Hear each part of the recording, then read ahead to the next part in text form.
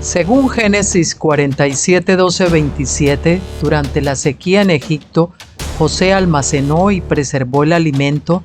Para subsistir, la gente tuvo que venderlo todo y, al fin, incluso a sí mismos. Ese es el precio de vencer. Así es en este tiempo del fin, donde conseguir el alimento para entrar al reino y conquistar nuestra tierra, que es Cristo, formado en nosotros, nos costará renunciar a todo, incluso a nuestra propia vida. Pero a cambio de nuestro todo, tendremos su todo y reinaremos con él. Con ustedes, José.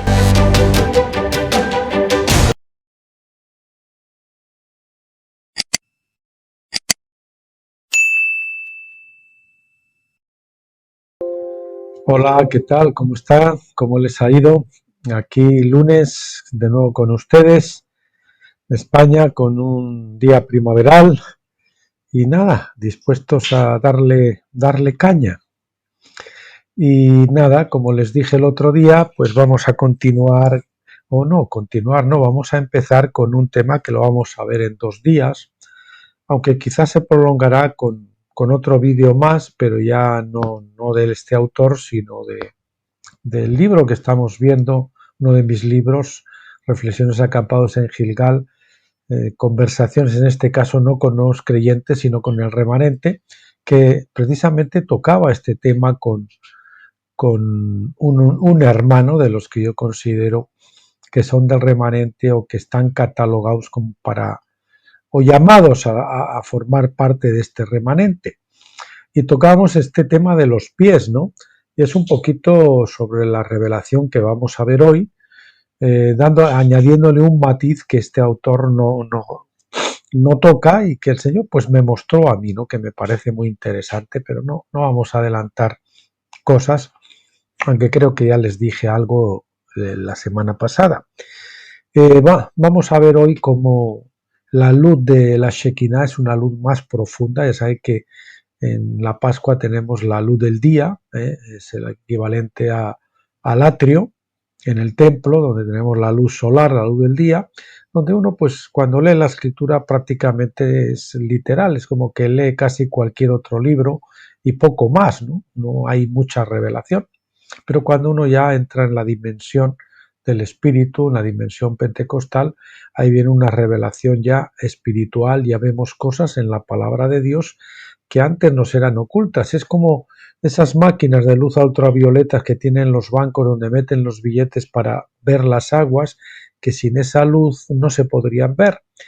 Pues así nosotros somos capacitados por el Espíritu a ver cosas que a simple vista pueden estar ocultas y que solo pueden venir por revelación. Pues bueno, si nos metemos en la luz de esas, en la luz de la menorá, en el lugar santo.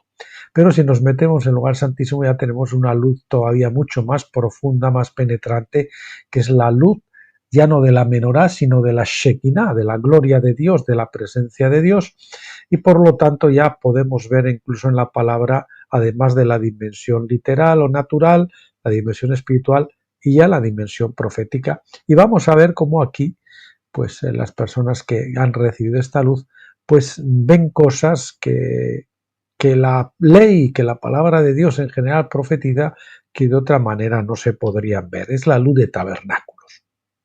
Bien, es un autor que es uno de los precursores de tabernáculos, Bill Brighton, y es un artículo que supongo que es una predicación que alguno recogió y que yo he sacado con la ayuda tenemos que darle el crédito a David Marín, el hijo de mi esposa, que fue el que sacó me dijo cómo poder sacar de un PDF que era fotocopias de un libro para ponerlo en un castellano más legible porque no estaba muy bien redactado.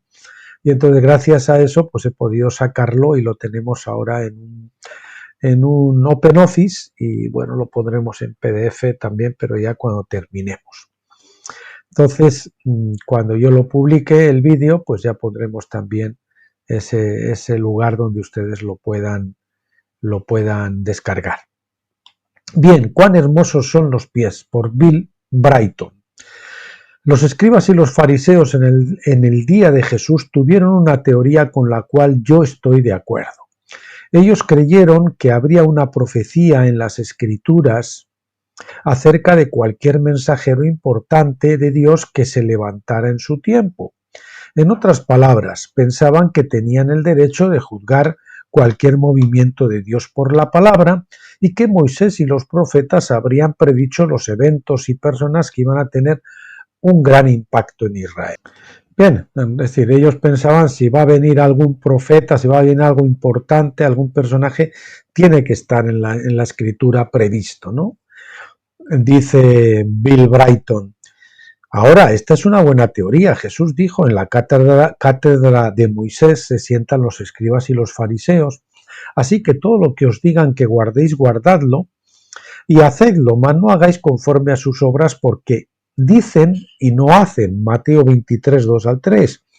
Aunque conocían la letra de la palabra, sin embargo no podían hacer las obras de Dios porque su espíritu y su vida no eran rectos.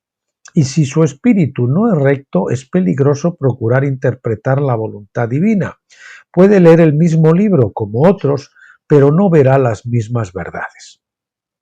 Así que los fariseos tenían la teoría, pero no produjo vida ni actividad divina en ellos. Cuando los magos se fueron a Herodes para averiguar dónde iba a nacer el Cristo, él llamó a los escribas y principales sacerdotes y se lo preguntó. Ellos le contestaron sin vacilación, Mateo 2.5, porque sabían que Cristo iba a nacer en Belén. ¿Pero estuvieron presentes esperándolo cuando aconteció? No. Ellos conocían lo que la palabra decía, pero no había llegado a ser una parte en ellos, no se había encarnado en sus corazones.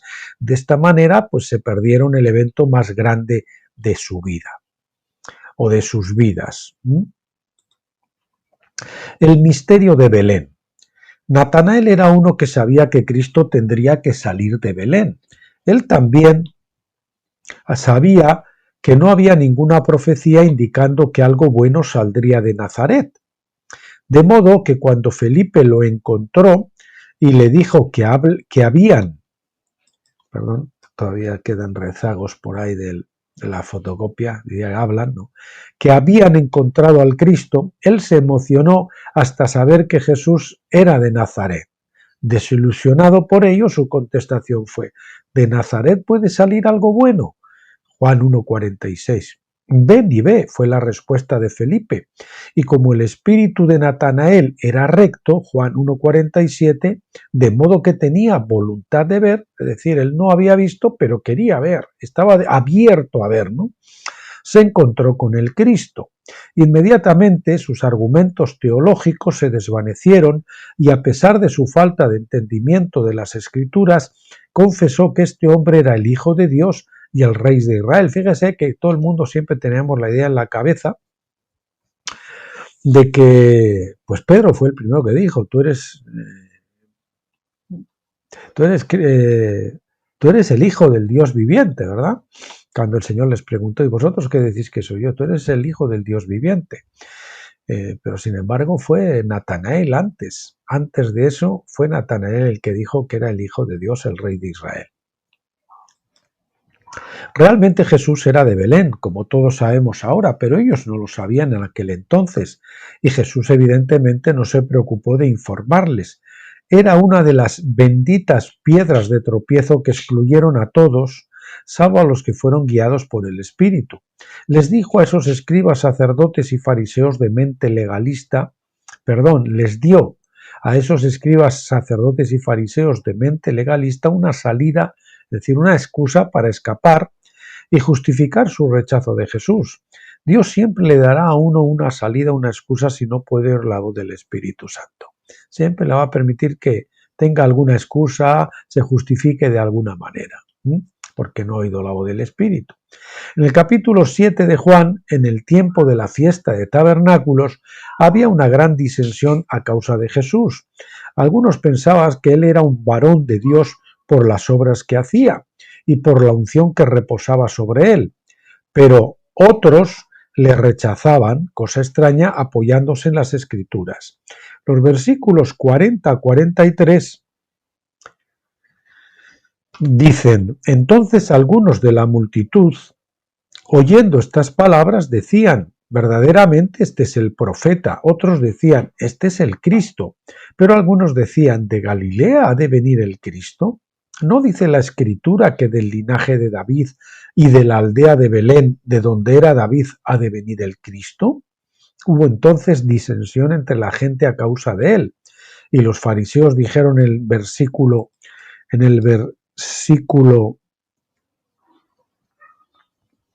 52, ¿eres tú también Galileo?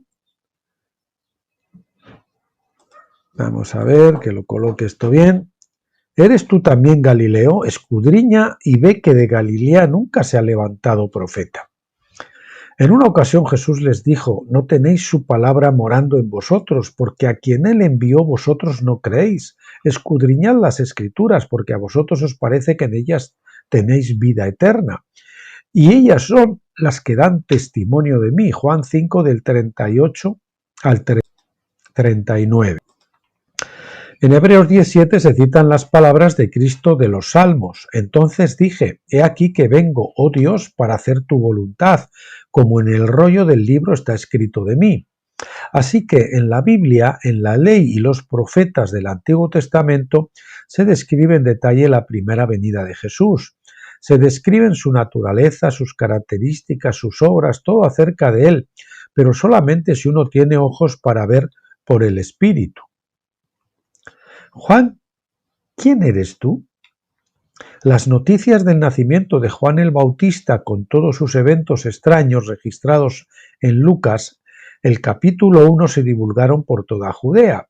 Su padre era Zacarías, un sacerdote bien conocido, a quien le tocó en suerte ofrecer el incienso en el altar de oro del templo.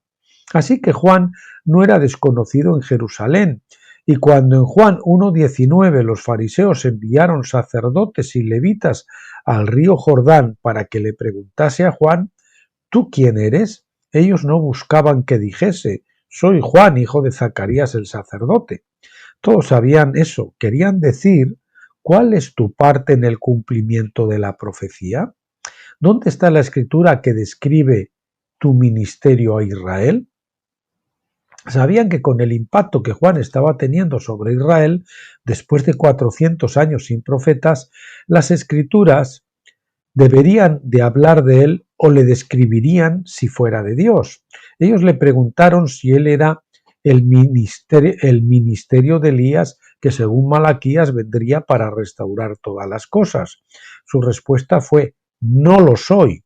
Luego dijeron, ¿eres tú aquel profeta? Haciendo referencia a una profecía de Moisés en Deuteronomio 18:15, pero él contestó que no.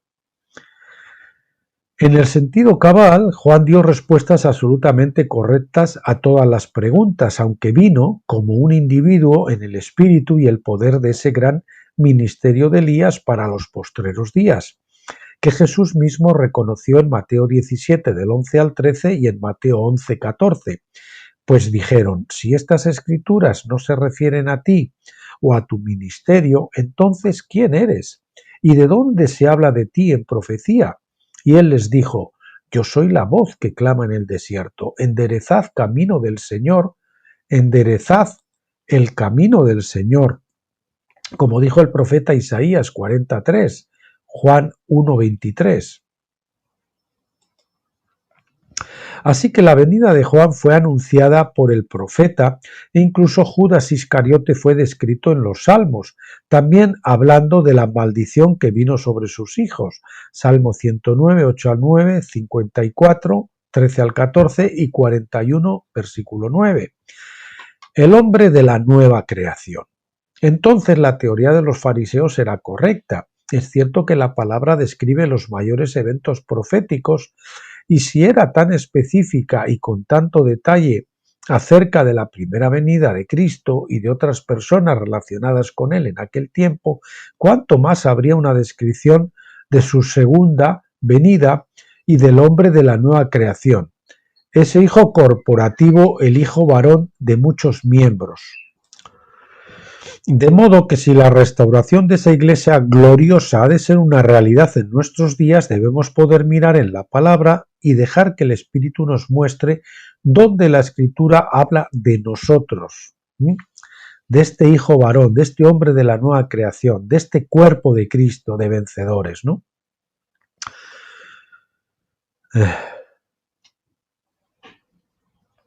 Si nos revela tan claramente la gloria de la cabeza, seguramente nos revelará algo del resto del cuerpo, porque Él es uno con su cuerpo. Bueno, repitamos esto porque es importante. O sea, se supone que tiene que haber una descripción de esta compañía del Hijo varón, del final de los tiempos en la Escritura, ¿verdad? Eso es lo que venimos argumentando desde hace un rato. Dice, ¿cuánto más debería de haber una descripción de su segunda venida y del hombre de la nueva creación, ese hijo corporativo, el hijo varón, en la que está conformado por los vencedores, como ustedes saben, de muchos miembros, pero esa parte del hijo varón que está sobre la tierra, que no ha muerto todavía, no de los vencedores que hayan muerto, sino un grupo de vencedores que van a estar en pie en la tierra en ese momento. De modo que si la restauración de esa iglesia gloriosa ha de ser una realidad en nuestros días, debemos poder mirar en la palabra y dejar que el Espíritu nos muestre dónde la Escritura habla de nosotros. Si nos revela tan claramente la gloria de la cabeza, seguramente nos revelará algo del resto del cuerpo, porque Él es uno con su cuerpo. La palabra enseña claramente que este hombre de la nueva creación es un cuerpo de muchos miembros, con Jesús como la cabeza. El mundo está esperando la manifestación de este hombre, el Hijo corporativo de Dios. Hay algunas cosas que tienen que acontecer en este mundo respecto a la manifestación de este cuerpo de vencedores. Isaías 52:7 dice, cuán hermosos son sobre los montes los pies del, fíjense que dice del en singular, que trae alegres nuevas, del que anuncia la paz, del que trae nuevas del bien, del que publica salvación, del que dice a Sión, tu Dios reina. Es decir, que aquí vemos que Isaías está hablando del Señor Jesucristo.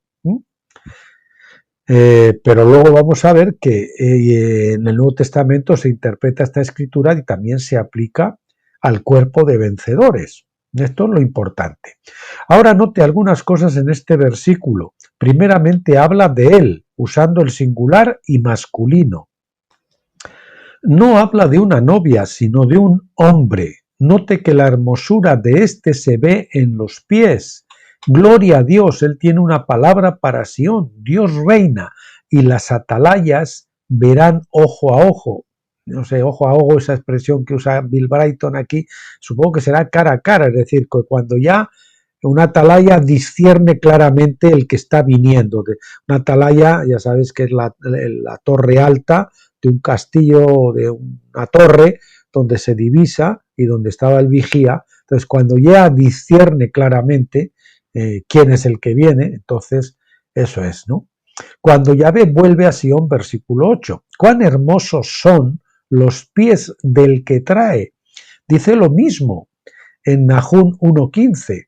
He aquí sobre los montes los pies del singular que trae buenas nuevas. Es decir, masculino y singular.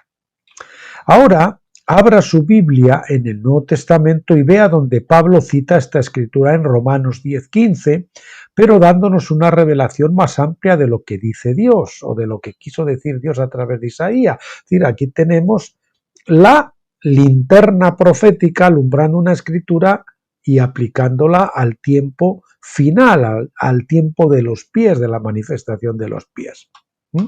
Dice, como está escrito, cuán hermosos son los pies de los que anuncian la paz, de los que anuncian las buenas nuevas. El del se ha transformado en los. Es decir, está hablando del cuerpo de muchos miembros, de ese hombre de la nueva creación corporativo, ya no solo de la cabeza, sino de los pies. Un nuevo hombre. Ahora Pablo no estaba citando equivocadamente una escritura. El Espíritu Santo revela aquí que todos somos una parte de lo que Dios está reuniendo en uno, en estos últimos tiempos. Se refiere en los últimos tiempos. en el momento de que se tiene que producir esta manifestación, de reunir todas las cosas en Cristo en la dispensación del cumplimiento de los tiempos, así las que están en los cielos como las que están en la tierra, Efesios 1:10. En la reunión de todas las cosas tendremos los que estarán viviendo en esta tierra en ese tiempo, que decíamos antes. Así que Jesús fue designado como la cabeza de este cuerpo. Los integrantes de este cuerpo serán conocidos como los pies, la parte del cuerpo en contacto con la tierra, lógicamente. Cuando el día de la expiación el sumo sacerdote cruzaba el velo hacia el lugar santísimo, iba descalzo, no llevaba zapatos. Una descripción de las vestiduras del sumo sacerdote es dada en detalle en la ley, pero no hay mención de los zapatos en tal descripción. El lugar donde él pisaba era tierra santa, por eso iba sin zapatos. Hay tres partes del sumo sacerdote que eran visibles cuando él cruzaba el velo: la cabeza, las manos y los pies. Su vestidura escondía los pies hasta que empezaba a andar. Qué cuadro de la manifestación de su gloria. Cuando este hijo varón comience a andar y cuando los pies comiencen a andar, los vamos a ver. ¿Y qué es los pies? La última parte del cuerpo. Y esta les anticipo, que lo veremos el otro día, pero se lo voy a anticipar. Estamos en este tiempo en que los pies del cuerpo, que es lo último que se manifiesta, primero se manifestó Cristo la cabeza, a partir de ahí la iglesia su cuerpo, y en la última etapa los pies que van a ser los vencedores de este último tiempo, de ese cuerpo de vencedores, porque no estamos hablando de toda la iglesia, sino de los vencedores. Y esto aparece en el último tiempo. Y si ustedes recuerdan el sueño de Daniel de la historia, de la estatua, perdón, ya sabe, de metales, la cabeza de oro, los hombros y el pecho de plata, el vientre de bronce y las piernas de hierro, y luego los dedos de barro mezclado con hierro, que es esta última parte del globalismo que tenemos, y vemos que hay una piedra no cortada de mano, que golpea esos pies. O sea, al final del tiempo, ¿dónde golpea la piedra? En los pies de esa estatua. ¿Cuál es la estatua? El sistema satánico mundial, el sistema babilónico de gobierno, el gobierno del mundo aparte de Dios. Y ahí es golpeada. Entonces vemos que en este último tiempo tenemos los pies de los vencedores del cuerpo de Cristo, la última manifestación del cuerpo de Cristo, el final, contra o enfrentado contra los pies de la estatua babilónica. Esa es la revelación que a mí me dio personalmente, Señor. Y ese es en el tiempo glorioso en el que estamos viviendo nosotros. Bien. Lo vemos en Jesucristo, la cabeza, y lo vemos en el ministerio glorioso de las manos para perfeccionar a los santos. Finalmente lo vemos también en esa compañía de vencedores, quienes llevarán a todo el cuerpo detrás de este velo. La cabeza y los pies. Ya verán, se van a hartar de oírme hablar de los pies, se van a hartar, ¿no? Sin pronunciar la H, de oírme pronunciar los pies, y en todos sitios ven que está subrayado. Los pies lo hemos subrayado para que nos suene lo de los pies.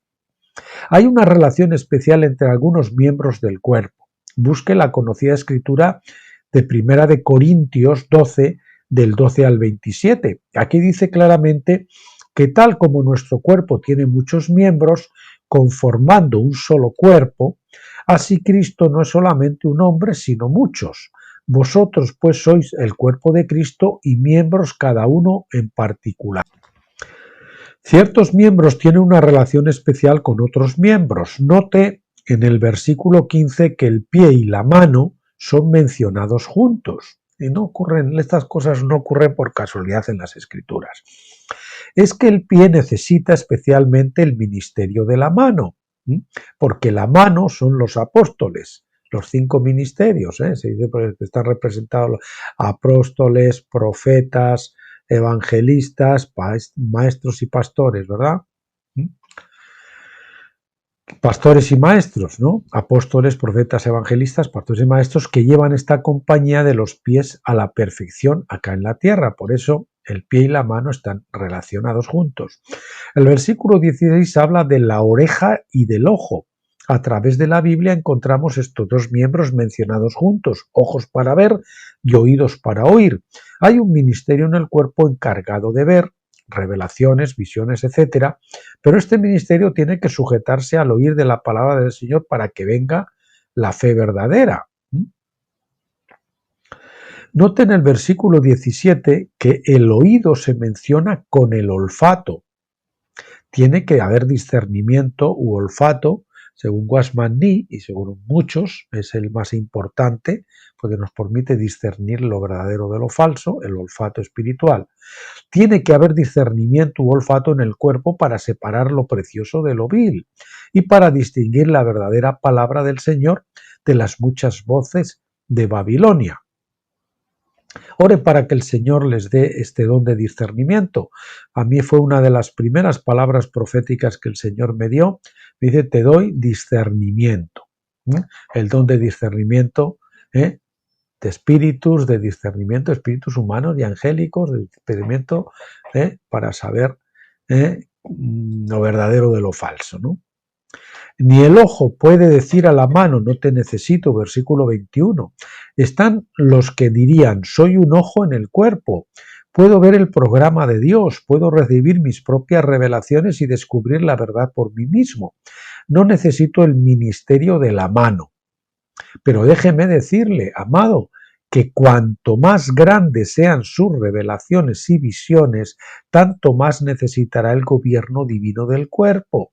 Tiene que consentir en someterse al ministerio y autoridad de apóstoles, profetas y pastores, etcétera, ungidos por Dios. Hasta que usted madure, necesita estar bajo ayo, por muy dotado que esté, por muchos dones que usted tenga.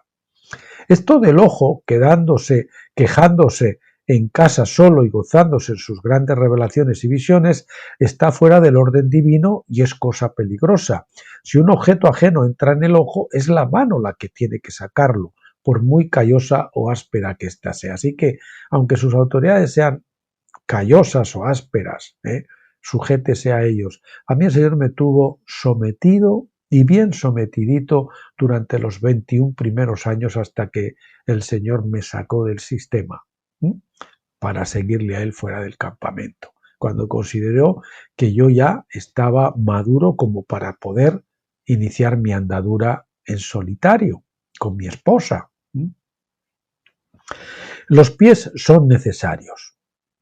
Ahora llegamos a lo esencial de este mensaje. El versículo 21 dice que la cabeza, Jesús no puede decir a los pies, una compañía de santos, los vencedores, viviendo en la tierra, esos son los pies, una compañía de santos, es decir, los vencedores viviendo en la tierra, no te necesito. La cabeza no puede decir a los pies, no te necesito. Colosenses 1:18 y Efesios 1:22. Confirman que Jesucristo, es decir, esos dos textos de Colosenses y Efesios confirman que Jesucristo es la cabeza del cuerpo, que es la Iglesia, y a Él lo dio por cabeza sobre todas las cosas a la Iglesia, la cual es su cuerpo, respectivamente. En un parto normal, la cabeza sale primero y los pies son lo último en nacer. Así también con este hijo varón, el hombre de la nueva creación. Hemos llegado a la hora cuando los pies están manifestándose en la plenitud de su gloria, pero esto tiene que suceder en una compañía de santos que todavía están viviendo acá en la tierra. No todos dormiremos, nos dice el apóstol Pablo, hay un cambio que viene y algo nos va a acontecer a nosotros aquí mismo en la tierra. Es de esta compañía de los pies que quiero escribir hoy, es decir, a ese grupo de vencedores a los que Dios ha tenido probablemente en oculto, en las cuevas a pan y agua, para manifestarlo con esa doble porción a esos pies de este último tiempo, vencedores vivos sobre la tierra. Que luego ya un momento, cuando se produzca la primera resurrección, primero resucitarán los vencedores de épocas pasadas y esos vencedores vivos, este cuerpo especial que va a manifestar toda la plenitud del Espíritu en la tierra, estando vivos, que han alcanzado la perfección sobre la tierra, entonces recibirán la transformación atómica instantánea, el cuerpo glorificado, y se unirán a esos otros que habían resucitado previamente. que no tiene por qué ser en el mismo día y probablemente a lo mejor no en el mismo mes o el mismo año. Quizás haya un tiempo entre las dos cosas. No todos dormiremos, nos dice el apóstol. Hay un cambio que viene y algo nos va a acontecer a nosotros, aquí mismo en la tierra. Es de esta compañía de los pies que quiero escribir hoy. Es decir, a esa generación que no va a conocer muerte. La palabra está llena de esta verdad, mostrando la naturaleza, características y actividades de este gran pueblo. Si las escrituras tuvieron tanto que decir acerca de Juan, el Bautista, Judas y la primera venida de Jesús, sería extraño que haya tanto escrito sobre el pueblo que llega al fin de siglo para producir la manifestación de los hijos de Dios. Yo creo que aquí pega mejor en vez de tanto, mucho. Sería extraño que haya mucho escrito sobre el pueblo que llega al fin del siglo para producir la manifestación de los hijos de Dios. Y hoy vamos a ver estamos viendo todas estas escrituras que hablan de esos pies precisamente. Hemos leído muchas veces las escrituras que hablan de los pies, sin pensar nada de esto, porque no teníamos esa visión profética, esa dimensión profética de la escritura. No habíamos entrado en tabernáculos. Nunca nos dimos cuenta de que Dios nos estaba hablando de una compañía de personas de la cual íbamos a formar parte. Ahora abramos nuestro corazón a la revelación divina y miremos la palabra de Dios para ver lo que Él tiene que decir acerca de los pies de este cuerpo de Cristo, lavados de toda suciedad terrenal. La gran necesidad para los que viven aquí en esta tierra es que alcancen una vida de perfección y pureza absoluta. No puede haber una verdadera y plena manifestación de su gloria en un pueblo lleno de pecados y espíritus malignos. Los pies tienen que ser lavados y la Odisea está plagada de pecados y espíritus malignos, al igual que su tipo Saúl, que era el tipo de la iglesia pentecostal, es decir, de la iglesia de estos 1993 años pasados, que es la era o edad pentecostal, pues estuvo al final de su vida visitando, atormentado por espíritus malignos, tenía que tener mucha alabanza para estar un poquito tranquilitos y calmar a esos espíritus que le atormentaban, e incluso al final ya del todo pues acabó visitando a la divina de Endor, y así está ocurriendo en la Odisea, en la iglesia de este fin de tiempo. En el capítulo 3 de Zacarías vemos a Josué, el sumo sacerdote, en pie delante del Señor, vestido de vestiduras viles, y Satanás estaba allí para acusarle. Pero Josué es limpiado y hecho santo y capacitado para ministrar. Es el tipo de ese renuevo, versículo 8, que vendrá en los últimos días, y versículo 9, Dios dice que Él quitará el pecado en un día. Además, a un día le quitará el pecado en un día, ¿no? No dijo Jesús, yo soy la vid, vosotros los pámpanos, es decir, los renuevos. De todo mal camino contuve mis pies para guardar tu palabra. Fíjese, los pies, para guardar tu palabra. De todo mal camino contuve mis pies. Es decir, no va a haber mal camino para los pies. No podrá darse el guardar plenamente su palabra, guardar plenamente su palabra, hasta que un pueblo viviendo en la tierra se haya abstenido de todo mal y esté andando en perfección. Alguien dirá, pero eso es imposible, porque no hay hombre que no peque, sí, y así ha sido hasta ahora, pero llega un tiempo en que eso no va a ser así. Imposible para Dios. Él lo ha prometido, Jesús incluso lo ha mandado. Sed pues vosotros perfectos como vuestro Padre que está en los cielos es perfecto. Mateo 5:48. El cuadro es dado en Juan 13, donde Jesús lava los pies de su iglesia. Jesús le advirtió a Pedro que si sus pies no fueran lavados no tendría parte en la gloria de su reino. También le dijo que solo necesitaba lavarse los pies, porque solamente los que viven en la tierra son los que necesitan. Vamos a subrayar los pies, que aquí hay dos partes donde lo hemos subrayado, los pies, machacar esto bien.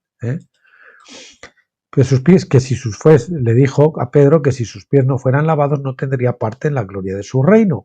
También le dijo que solo necesitaba lavarse los pies porque solamente los que viven en la tierra son los que necesitan ser lavados, porque al caminar en esta tierra pues nos llenamos de polvo, ¿verdad? En la imagen que estamos viendo, en la metáfora. No hay purgatorio, además antes que iban con sandalias, ¿verdad? No hay purgatorio para los muertos. Los santos que ya se han ido no necesitan una obra purificadora mientras que estén en el cielo. Claro, supongo que Bilbareto está refiriendo a esos santos vencedores, a los que han vencido, porque el resto de la iglesia sí va a necesitar, de hecho no se va a levantar en la primera resurrección, sino en la resurrección general, porque algunos tendrán que recibir muchos o pocos azotes, es decir, necesitarán todavía pasar por un tiempo de disciplina antes de poder incorporarse a la Nueva Jerusalén, que son los vencedores. Son los que están aquí en la tierra, los pies, los que tienen que ser limpiados. Él los lavará por su palabra hasta que contenga sus pies de todo mal camino. Hablando de su iglesia en la tierra en Efesios 5:26, él dice, para santificarla habiéndolo purificado en el lavamiento del agua por la palabra, a fin de presentársela a sí mismo una iglesia gloriosa, que no tuviese mancha ni arruga ni cosa semejante, sino que fuese santa y sin mancha. Esto habla de una compañía perfecta, ¿verdad? Gloriosa, no tiene mancha ni arruga. Decía Guasmani que la mancha es restos de pecado, esas son las manchas, y arruga ni siquiera del paso del tiempo. O sea, no es envejecido, ¿no? La iglesia fresca como una lechuga. Bien, lavados por la palabra. Entonces habrá un pueblo en esos días que entrará en un conocimiento más amplio de su palabra que cualquier otro que haya andado en este mundo, salvo Jesús. Claro, que tendrá una unción doble. Incluso hará mayores obras que las que hizo Jesús. Eso está profetizado. Incluso Pablo dijo, ahora conozco en parte. Lo que es en parte se acabará y lo perfecto vendrá. Pablo se estaba refiriendo a este tiempo. Porque si vamos a ser perfectamente lavados y purificados, necesitamos un entendimiento perfecto de su palabra, una revelación completa y total. Este hombre de la nueva creación será limpio, perfecto, no trayendo nada más de la imagen de aquel Adán terrenal, ningún resto de Adán. Y para llevarnos a eso necesitamos un poderoso limpiador. ¿Cuál es ese limpiador? Su palabra, claramente entendida, es ese limpiador. Pentecostés no podíamos tener esto porque la luz, Pentecostés era confusión. Necesitábamos la luz perfecta de la Shekinah para que tengamos una revelación completa de la palabra. El Salmo 119, 105 dice, lámpara es a mis pies, otra vez, ahí están los pies, tu palabra, y lumbrera mi camino. ¿Por qué no dice lámpara es a mis ojos?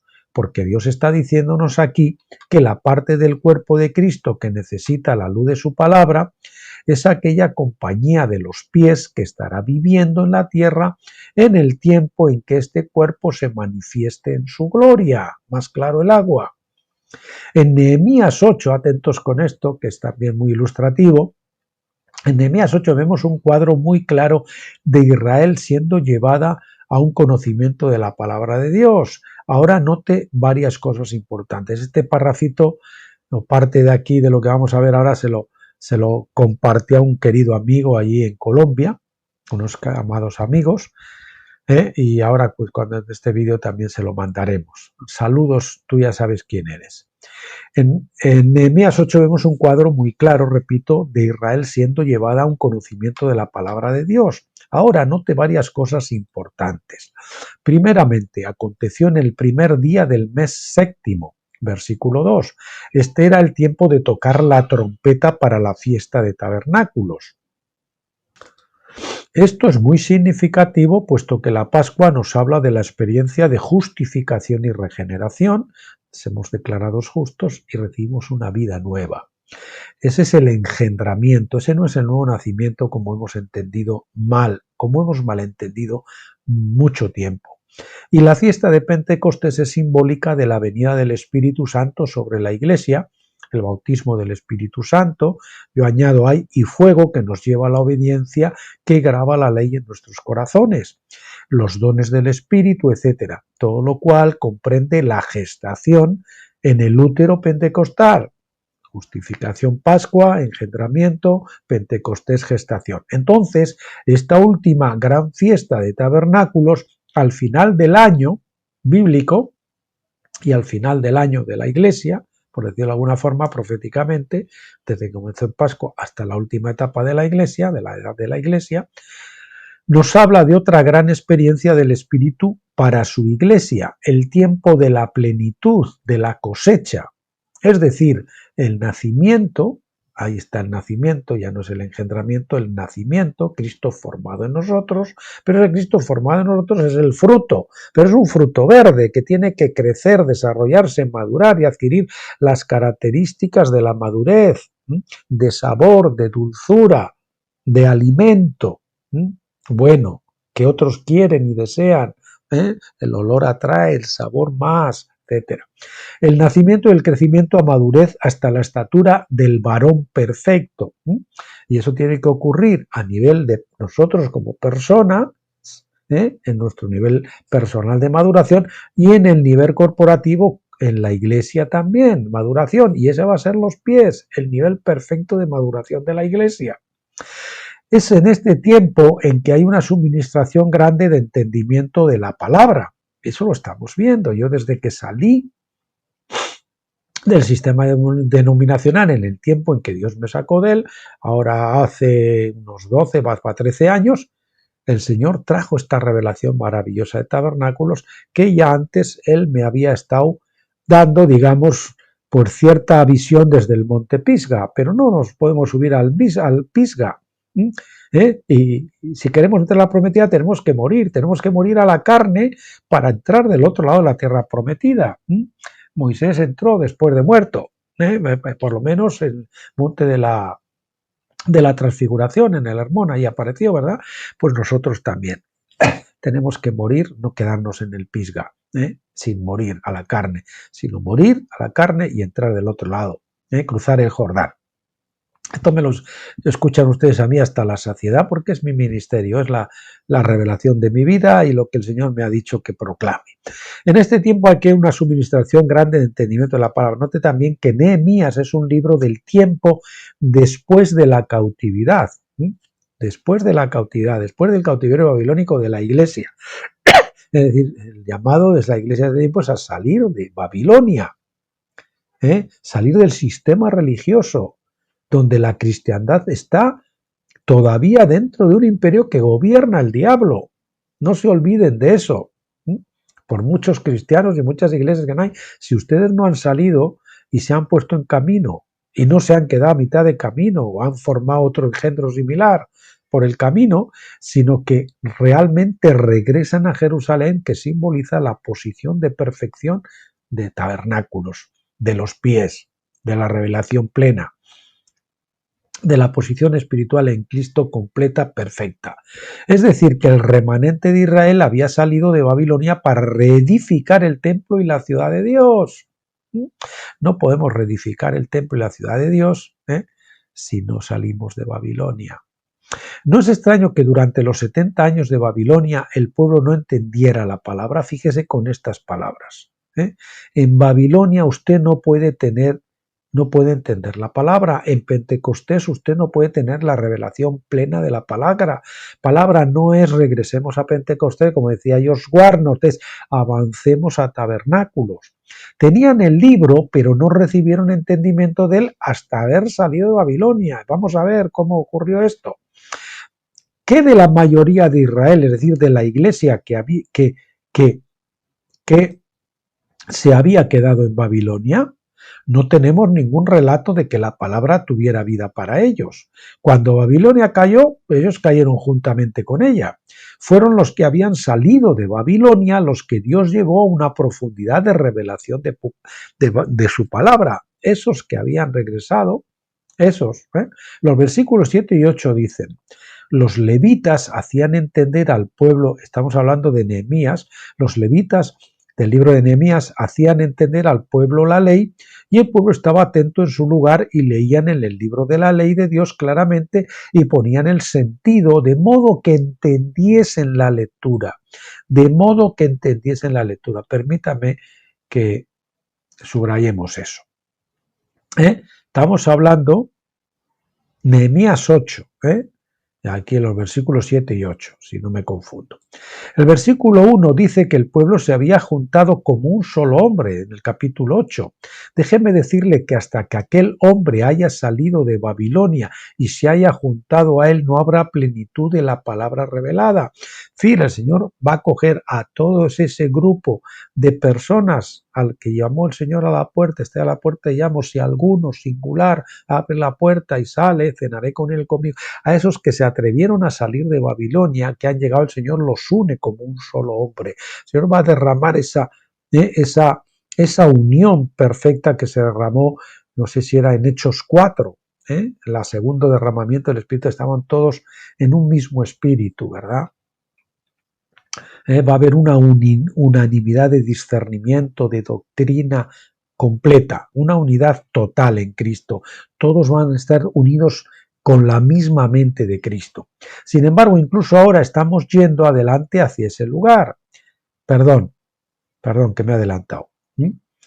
Decíamos, hasta que aquel hombre haya salido de Babilonia y se haya juntado a él, no habrá plenitud de la palabra revelada, ni se verá ojo a ojo, es decir, cara a cara en la atalaya. No veremos todavía sin ninguna nube, sin ninguna neblina, no habrá una visión plena. Sin embargo, incluso ahora estamos yendo adelante hacia ese lugar, eso se está produciendo a pasos agigantados y como resultado hay una gloriosa luz de la palabra alumbrando sobre nosotros, una luz que es tan potente y tan fuerte que aquellos que están en Pentecostés todavía, que no han muerto a las carnes, los deslumbra, los ciega y la rechazan. Porque no han muerto, no la pueden soportar, no la pueden sobrellevar.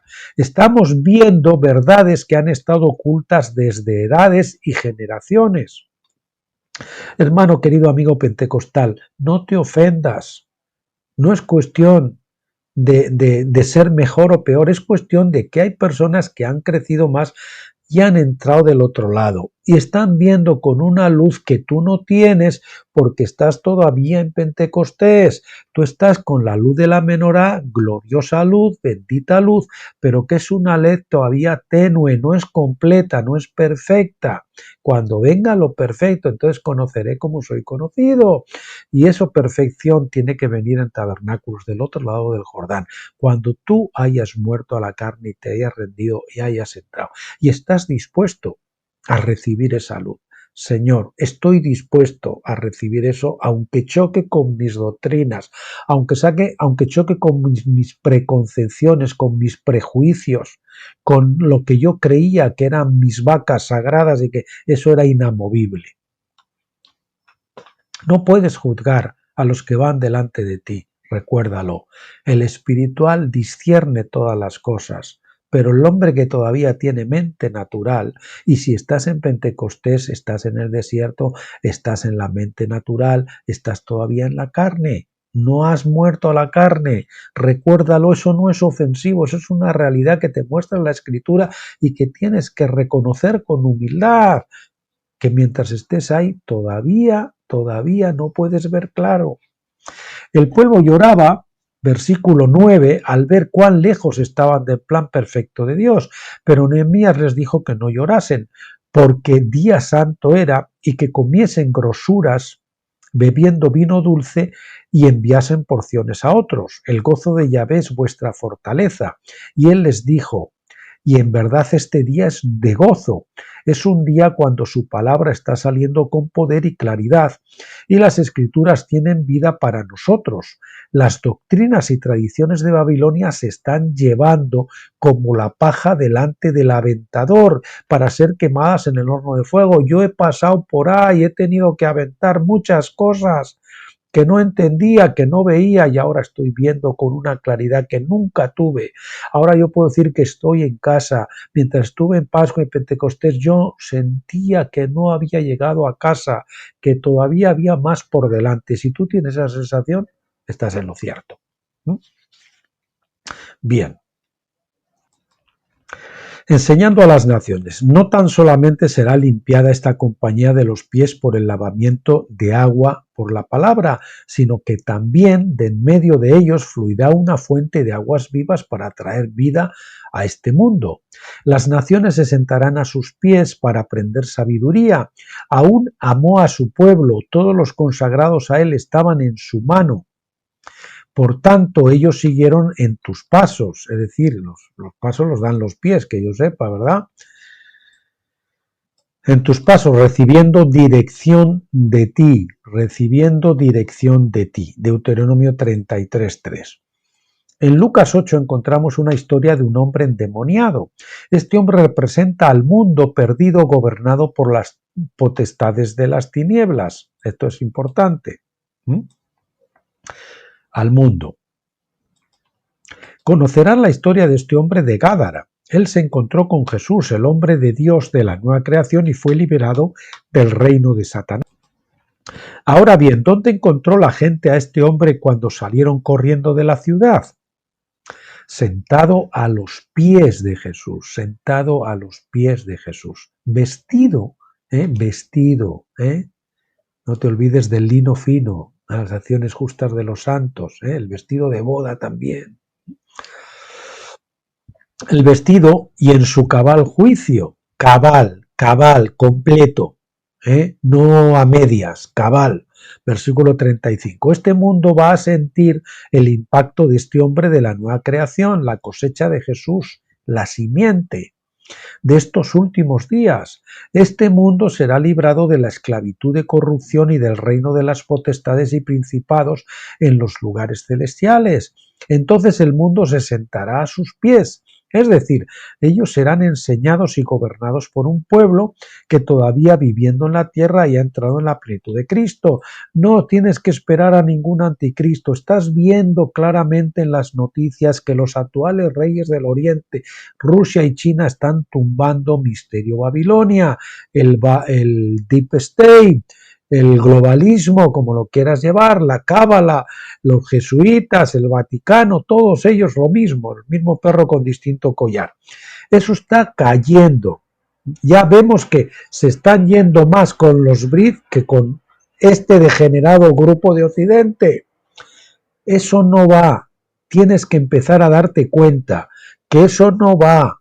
Después de que el Señor golpea a los pies de la imagen, no viene ninguna otra cosa más que los santos reciben el reino.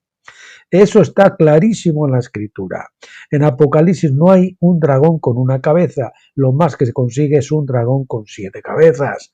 No hay un solo imperio. Eso del anticristo y un gobernando todo el mundo, no. Satanás lleva gobernando esto pues desde Adán. Y nunca lo ha conseguido, la unidad, y no lo va a conseguir, y está profetizado que no lo haga. Así que, ¿para qué? Tenemos que haber dado cuenta que eso no va. Eso a estas alturas no va. Ya es hora que lo empecemos a ver claro, porque es que ya no sé qué necesitamos ver. En Lucas 10, del 38 a 42, vemos a dos mujeres, tipos de las dos clases. Perdona, igual dices tú, no, pero es que Rusia y China, bueno, Rusia, por lo menos Rusia está defendiendo los principios que otros deberían estar defendiendo. Eso por lo menos lo tenemos ahí. Y los chinos, sabemos que en China está la iglesia más perfeccionada y más grande del mundo. Los mártires, la iglesia de los mártires, la iglesia de la persecución. El Señor tiene que contestar a sus oraciones alguna vez. Y va a haber un momento en que Ciro y Darío, Rusia y China, van a permitir, van a financiar la construcción del reino de Dios. Aunque ahora venga un sistema intermedio y un sistema monetario intermedio, pero al final el reino de Melquisedec, en la bóveda de David, se va a construir. Y los santos van a gobernar con Cristo poco a poco, nación tras nación. En Lucas 10, 38, 42 vemos a dos mujeres, tipos de dos clases de iglesias. Una estaba muy ocupada haciendo sonar las ollas y las cacerolas, haciendo obras. Ella estaba en el nivel de sierva y se preocupaba con muchos quehaceres. No tenía tiempo para sentarse a los pies de Jesús y estaba turbada por los que sí estaban sentados. ¿Por qué no estás trabajando para aumentar la escuela dominical? ¿Por qué no te ocupas en algún programa para las mujeres, una hermandad para los hombres y algo para atraer a los jóvenes? Tienes que empezar un fondo pro construcción, tienes que empezar a luchar contra el comunismo, la pornografía y el prejuicio racial, tienes que afiliarte a la alianza ministerial y empezar a trabajar hacia la armonía ecuménica. Tienes que cocinar, entre comillas, algo para mostrar tu habilidad como cocinera, cacerolas y ollas. Por supuesto, yo creo que hay lugar para ollas y cacerolas. Llega un momento en que María y Marta andarán juntas, pero Marta siempre sometía a María, y dirigida por María, no al revés. Pero ahora el Cristo está aquí y hay algo mucho más importante, algo eterno que no se puede quitar. Todos estos programas y esfuerzos se desvanecerán, programas y esfuerzos se desvanecían, de María, estos programas y esfuerzos de María, de Marta, se desvanecían, pero había una sentada a sus pies recibiendo algo que nunca le sería quitado. Hay una iglesia hoy dispuesta a poner a un lado todos los programas y actividades simplemente para sentarse a sus pies y aprender de él. ¿Hay alguno? Y tú has estado a punto, pero no quieres despedir a tu Ismael todavía. Te da pena, pero si no sueltas a Ismael, no vas a heredar a Isaac. Y el verdadero ministerio que Dios tiene para ti no va a venir, tu Isaac no va a venir hasta que no eches a Ismael. Pies semejantes al bronce. Daniel vio una visión de un varón. ¿Qué es Ismael? Pues lo que tú has engendrado en la carne. El hijo que habrán engendrado en la carne en sus propias fuerzas. Lo que tú has engendrado en la carne lo vas a tener que dejar ir. Daniel vio una visión de un varón, si es que quieres ser un vencedor, si no, lógicamente no. Daniel vio una visión de un varón, Daniel 10 del 5 a 6, con brazos y pies, escuchen, pies como de color de bronce bruñido y el sonido de sus palabras como el estruendo de una multitud. Lo que él vio fue una visión profética del hombre de Dios, de la nueva creación, una multitud completa con Cristo como la cabeza. En el libro de Apocalipsis, el apóstol Juan ve la misma persona. En Apocalipsis 1:15 dice, sus pies, otra vez pies, semejantes al bronce bruñido, refulgente como en un horno, y su voz como estruendo de muchas aguas. Claro, el hijo corporativo. Apocalipsis son muchas aguas, muchos vencedores juntos. En Apocalipsis 2:18 leemos, el Hijo de Dios, el que tiene ojos como llama de fuego y pies semejantes al bronce bruñido, dice esto, pies. Y en Apocalipsis 10:1 dice que eran sus pies como columnas de fuego.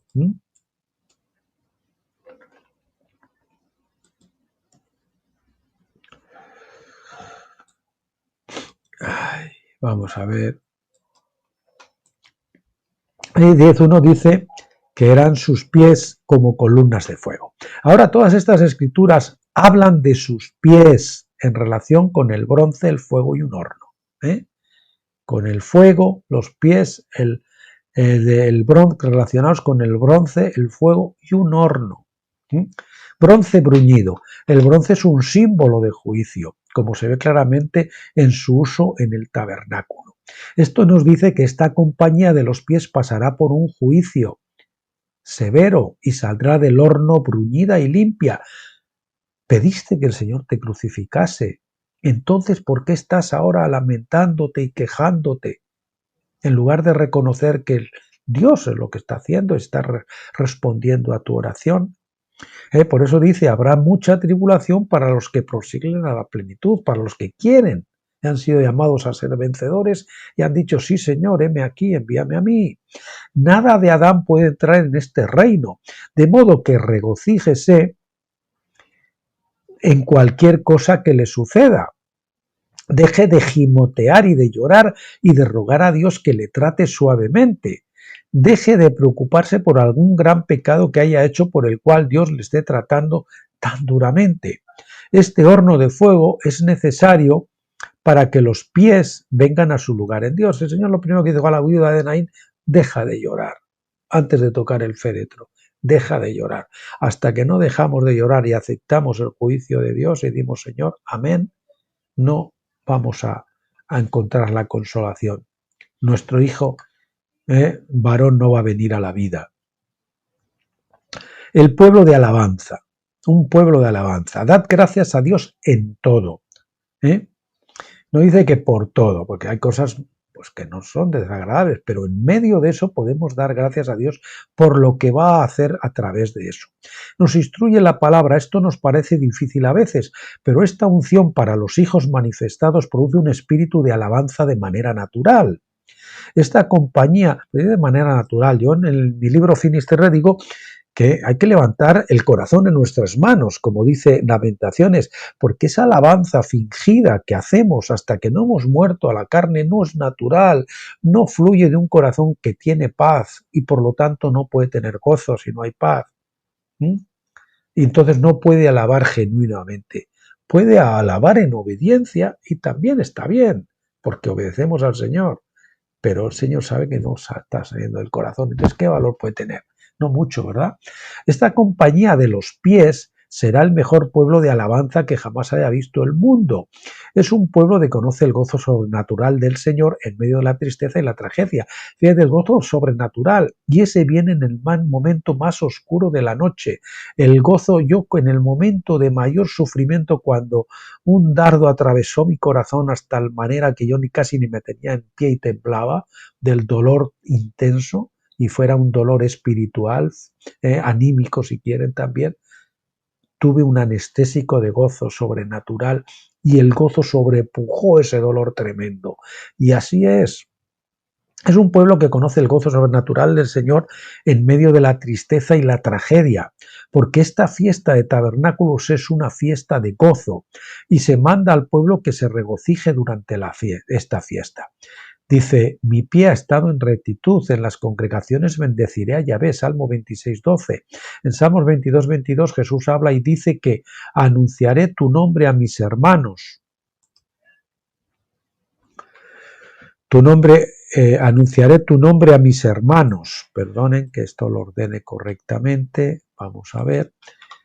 En medio de la congregación te alabaré, Hebreos 2:12. Yo me alegré con los que me decían: a la casa de Yahvé iremos, nuestros pies estuvieron dentro de tus puestas. O como decían aquí cuando la cantaba yo antiguamente en la Iglesia Católica de muchos años: ya están pisando nuestros pies tus umbrales, Jerusalén. ¿Se acuerdan, no? Yo me alegré con los que me decían: a la casa de Yahvé iremos, nuestros pies estuvieron dentro de tus puertas, oh Jerusalén. Salmo 122, 1-2. Entrad por sus puestas con acción de gracias, por sus atrios con alabanza, Salmo 141. Entonces sí, tú estás levantando tus manos y orando y tal, mientras estás queriéndole agarrar al Señor por el cuello para ahogarle por lo que estás viviendo, ¿no? Entonces el Señor va a recibir esa alabanza como algo que fluye de un corazón. Pues no, lógicamente. Por eso, para que las matas funcionen, ya sabe, tenemos la incredulidad, el miedo, si quieren, le aplicamos la quietud y entonces produce la paz. Y entonces sobre la paz ahora podemos dejar de murmurar y podemos alabar. Y entonces eso se produce el gozo. Porque mientras no estamos en paz, mientras el hombre carnal, el rebelde, no se ha ido, pues como sea el Señor de un corazón rebelde, pues mucho valor no puede tener, ¿verdad? Yo creo que más bien ninguno. Y por eso no funciona. Bien, entonces las puertas o las entradas a la ciudad de Dios son la alabanza. Y esta es mi nota. Todo lo que vean en azul siempre suelen ser mis notas. José, que soy yo. La alabanza o gratitud es el antídoto a la segunda de las matas venenosas, raíces del ego, que yo las llamo, que nos impiden el acceso a la vida victoriosa. La incredulidad y la murmuración o queja. Incredulidad o miedo, la murmuración o queja, a la que en oposición a la queja o murmuración produce el gozo.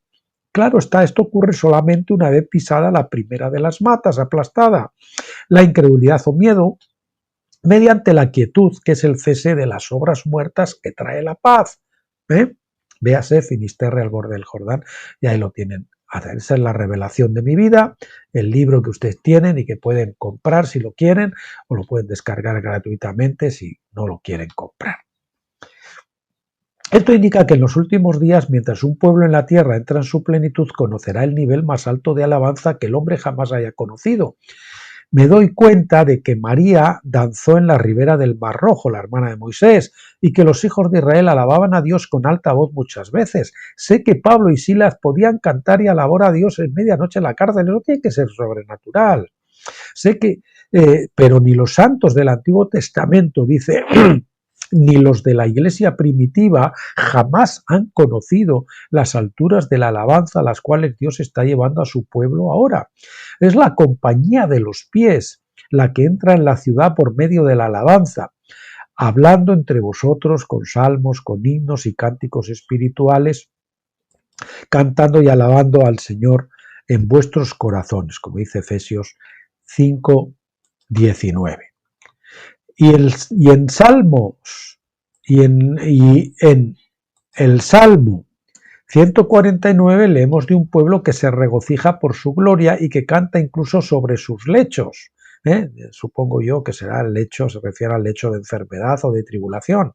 Exaltad a Dios con vuestras gargantas y espadas de dos filos en vuestras manos, versículo 6.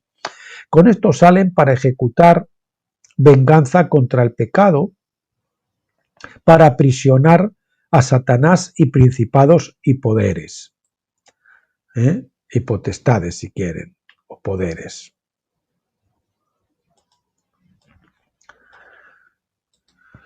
Entonces, alabad al Señor, santos de Dios, es vuestro privilegio y vuestra fortaleza. Los pies protegidos por las huestes celestiales. Hay una promesa especial dada a la compañía de los pies en el Salmo 91. En el versículo 11 hay una promesa de protección para el Hijo de Dios que incluso Satanás reconoció, pues a sus ángeles mandará acerca de ti que te guarden en todos tus caminos. ¿Verdad? Hemos citado antes el Salmo 91. En Mateo 4:6, cuando Satanás estaba tentando a Jesús a probar que era el Hijo de Dios, él aplicó esta escritura a Jesús. Si eres Hijo de Dios, échate abajo del pináculo del templo, se refiere. Porque escrito está, a sus ángeles mandará acerca de ti que te guarden, acerca de ti, y en tus manos te sostendrán para que tu pie no tropiece en piedra. Aunque Jesús sabía que el versículo de los Salmos hablaba de él, sin embargo, él no caería en la trampa de Satanás, no tenía que probar que era el Hijo. Dios ya lo había dicho, él confiaba en la palabra, no en alguna señal que él pudiera producir. Un verdadero Hijo de Dios no tiene que andar por acá y por allá alegando y probando que es un hijo de Dios. Dios hablará a su favor. Una ciudad asentada sobre un monte no se puede esconder, Mateo 5:14. Es decir, cuando Dios lo haya madurado y perfeccionado, usted será esa ciudad asentada en los lugares celestiales, sentado con Cristo en los lugares celestiales, en una posición de autoridad. La cosa gloriosa acerca de esta escritura en Mateo 4:6 es que se dirige a la cabeza del cuerpo, Jesús, pero tiene referencia a una protección para los pies, para que no tropieces con tu pie. Dice, ciertamente era para Jesús mientras él anduvo acá en esta tierra en semejanza de hombre, pero su significado ahora es para aquellos de la compañía de los pies, para que los que están viviendo en esta tierra, para los que están viviendo en esta tierra, los vencedores que están viviendo en esta tierra en este tiempo. Los ángeles no están protegiendo de peligro a los santos que ya están en el cielo, son los que están en la tierra los que necesitan la protección de las huestes angelicales. Y la promesa es nuestra, no dijo para que no golpees tu cabeza contra un árbol, ni para que no te fractures tu brazo al caer, sino que lo que dijo es que para que no tropieces con tu pie en piedra. Intervención divina para los hijos. Mientras que los hijos de Dios se rinden completamente al Padre, poniendo a un lado su propio deseo y voluntad, así también el Padre interviene a favor de ellos para que nada fuera de la perfecta voluntad de Dios les sobrevenga. día y noche, las 24 horas del día, porque Él no duerme. El Salmo 121, 2 al 3 dice: mi socorro viene de Yahvé, que hizo los cielos y la tierra. No dará tu pie al resbaladero, ni se dormirá el que te guarda. Se podría llenar este libro y muchos más con los testimonios de cómo Dios ha tenido a sus ángeles cuidando a sus hijos. Se pueden contar muchas grandes experiencias de liberación de peligros y daños. Una quinceañera, amiga de nuestra familia, estuvo en el Japón con sus padres. Perdón, esto lo vamos a poner un poquito. Vamos a ver.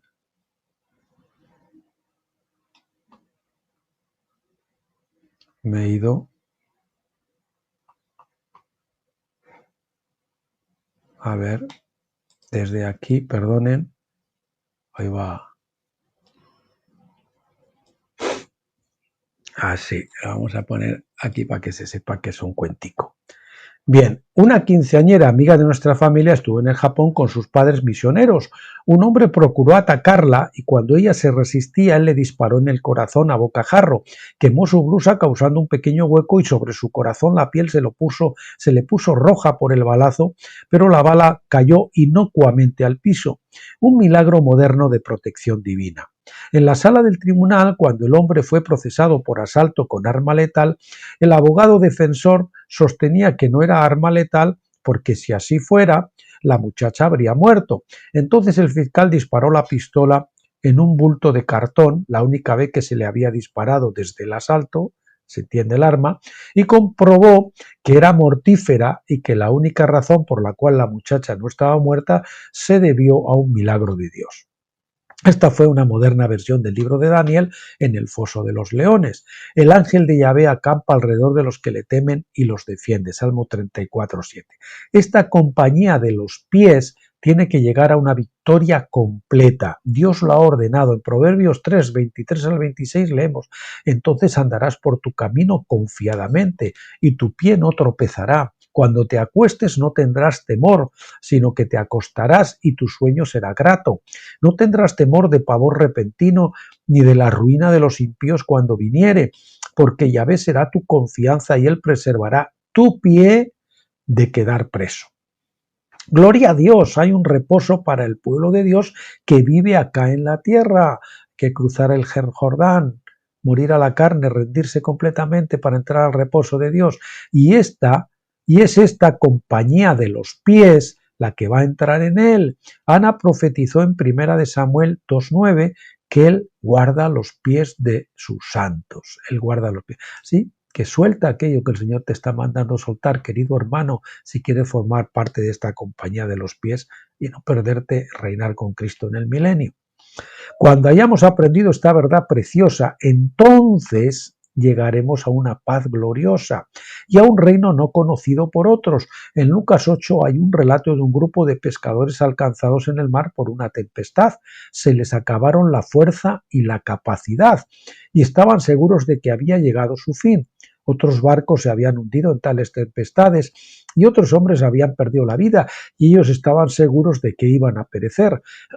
Pero iba a bordo un hijo de Dios completamente entregado al Padre, dispuesto a aceptar cualquier cosa que su Padre escogiera para él.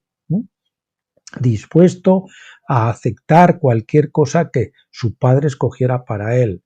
Tienes que perder a una hija, tienes que soltar a una esposa, tienes que soltar a una esposa, tienes que dejar un trabajo, tienes que dar un jefe, tienes que vender una casa. No sé qué es lo que Dios te está pidiendo que le entregues, pero ya es hora que lo hagas, hermano, si quieres vencer. Él era el único que no fue turbado por esta situación contraria, por eso él fue el único que tuvo dominio sobre la situación. En efecto, él era tan imperturbable que estaba durmiendo en medio de la tempestad. Quizás sea una persona con la que estás asociada, quizás sea que te estás apoyando en los familiares de la carne, en los préstamos, en no sé qué, en lugar de confiar solo en él. No sé lo que te impide a ti, hermano, pero es hora de soltarlo. En efecto, él era tan imperturbable que estaba durmiendo en medio de la tempestad. Cuando le despertaron, sencillamente tomó control de la situación y por consideración a ellos reprendió al viento y a las olas rugientes. Y ellos, atemorizados, se maravillaban y se decían unos a otros: ¿quién es este? Él es la clase de hombre que el Padre quiere que sean todos sus hijos, no turbados por la adversidad, sino viviendo sobre las circunstancias humanas y el control completo de esta situación. No quiere decir que no va a haber situaciones, pero vamos a poder vivir por encima de esas situaciones. No nos van a derrotar, no nos van a desanimar, no nos van a vencer. Vamos a pasar en victoria sobre ellas. Los hijos viven en confianza y reposo, con fe en que el Padre está cuidándolos con ternura y sabiendo, como Eliseo, que cada monte de adversidad estará lleno de las huestes celestiales. ¿Saben? Eliseo estaba con su siervo Giezi, que no veía porque no tenía el espíritu abierto para poder ver espiritualmente. El Eliseo estaba viendo las huestes espirituales que les estaban protegiendo y cuidando, y Giezi no las veía. Pues Dios tiene que abrir nuestros ojos para que no tropieces con tu pie en piedra. No quiere decir que los hijos no tendrán problemas, persecuciones, tribulaciones o aflicciones. Quiere decir que todo problema u obstáculo estará ahí para ser vencido. Todo lo puedo en Cristo que me fortalece, Filipenses 4:13. Y en la gran batalla de las edades, enfrentando a esta compañía de los pies del cuerpo de Cristo, es decir, los pies de la estatua de Nabucodonosor frente a los pies del cuerpo de Cristo, como yo le comentaba en su día a mi amigo Mauricio, que veremos ese post también pronto. Esta promesa de protección por las huestes angélicas tendrá aún más significado. Los que andan en la esfera de los hijos manifestados en la plenitud del Espíritu conocerán en la medida más amplia el valor de esta provisión. Los ángeles son, como Hebreos 1:14 nos dice, espíritus ministradores enviados para servicio a favor de los que serán herederos de la salvación. Todos los enemigos bajo los pies. David cantó un cántico profético en 2 Samuel 22 y el Salmo 18, y voy a citar las porciones acerca de la compañía de los pies. E inclinó los cielos y descendió, y había tinieblas debajo de sus pies. Dios es el que me ciñe de fuerza y quien despeja mi camino, quien hace mis pies como de ciervas y me hace estar firme sobre mis alturas. Tú ensanchaste mis pasos debajo de mí y mis pies no han resbalado. Perseguiré a mis enemigos y los destruiré y no volveré hasta acabarlos. Los consumiré y los heriré de modo que no se levanten. Caerán debajo de mis pies, pues me ceñiste de fuerzas para la batalla. Has humillado a mis enemigos debajo de mí, debajo los pies, como polvo de la tierra los molí, como lodo de las calles los pisé y los trituré. Esto armoniza bien con lo que Malaquías profetizó acerca de los que temieron el nombre del Señor en Malaquías 4:3. Hollaréis a los malos, los cuales serán ceniza bajo las plantas de vuestros pies. En el día en que yo actúe, ha dicho Yahvé de los ejércitos. Pablo nos dice en Efesios capítulo 6 que nuestros enemigos no son carne ni sangre, sino principados, potestades demoníacas, espíritus malignos en los lugares celestiales. Estos son los enemigos que serán hollados bajo los pies de Cristo. El más pequeño de aquellos que anda en esta esfera del reino, acá en esta tierra, vamos a poner aquí en esta tierra, tendrá dominio completo sobre todo demonio. Ni el cáncer, los narcóticos, la artritis, el odio, la codicia, el temor, ni aun la muerte podrán hacerles frente. Hollando al dragón. Mirando otra vez en el Salmo 91 y en el versículo 13 leemos el resto de la promesa para los pies. Sobre el león y el áspid, es decir, la serpiente, pisarás, hollarás, otra vez, hollar es pisar, al cachorro del león y al dragón. Ahora estoy seguro,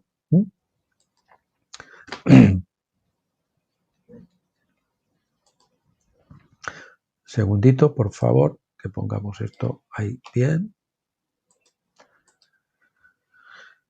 Bien, ahora estoy seguro de que usted entiende que no está hablando de serpientes y leones naturales. Estos son símbolos de los demonios y espíritus de las tinieblas. Ellos estarán bajo nuestros pies. Pablo dice en Romanos 16:20 que el Dios de paz aplastará en breve a Satanás bajo vuestros pies. En este caso digo nuestros, ¿no? Se refería a, decía, bajo vuestros pies. En este caso son los nuestros, estamos hablando de nosotros. Pablo está refiriendo a nosotros, a esta generación. La promesa en Génesis 3:15 era que la simiente de la mujer iba a herir la cabeza de la serpiente. Evidentemente, Pablo estaba diciendo que esto era todavía un evento futuro para el cuerpo de Cristo y que la simiente mencionada eran los santos de Dios. Parece que hoy mayormente estoy citando escrituras, pero cuando la Biblia está en clara acerca de esta revelación tremenda, no se necesita predicar mucho. Josué nos da un cuadro de la obra de Jesús y los hijos de Dios para poner a todos los enemigos bajo nuestros pies.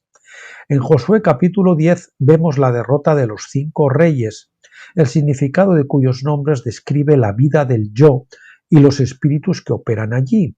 Primeramente, Josué les encerró en una cueva y luego los sacó e instruyó a sus principales que pusieran sus pies sobre los cuellos de esos reyes antes de que él les matase. Esto era para demostrar que aún los principales del ejército de Josué tenían un dominio más grande que los enemigos más fuertes. Y amado, antes de la derrota final de Satanás y sus huestes, habrá una manifestación y demostración de la autoridad absoluta de los hijos de Dios sobre todo enemigo. En otras palabras, hay de los que moran en la esfera carnal y terrenal, porque Satanás ha descendido a ellos con gran ira. Apocalipsis 12:2, por el Señor dice, salid en medio de ellos para que no recibáis parte de sus plagas, para que no seáis partícipes de sus pecados ni recibáis parte de sus plagas. Pero al mismo tiempo habrá un pueblo que habrá entrado en una dimensión nueva en Dios y que andará en los cielos y se sentará en su trono. Es decir, están sobre la tierra pero moran en el cielo. Estos pies del cuerpo de Cristo, aunque todavía en la tierra no son de la naturaleza terrenal, sino que han entrado en la plenitud de Dios. Aunque están aquí, tienen su naturaleza, es de la plenitud de Dios. Demostrarán el poder y el dominio de su Dios poniendo sus pies sobre los cuellos del enemigo, hasta que sus enemigos sean puestos por estrado de sus pies, dice Hebreos 10:13. Bien, y hoy nos vamos a quedar hasta aquí, que ya se ha alargado el vídeo un poquito y bueno, no he permitido que así sea porque quiero que lo terminemos en 2 veces para no hacerlo demasiado largo. Así que si a ustedes, pues eso, lo paran y continúan, lo pueden parar las veces que quieran y escucharlo y reescucharlo, detenerlo, arrancarlo como quieran. Bien, continuaremos aquí en la página 14, viendo a Jesús. Vamos a hacer una excepción.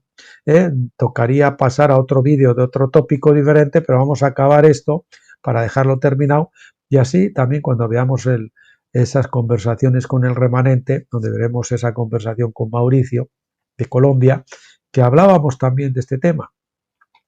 Bien, mis queridos amigos, pues hasta mañana o pasado cuando vamos a grabar para continuar con esto.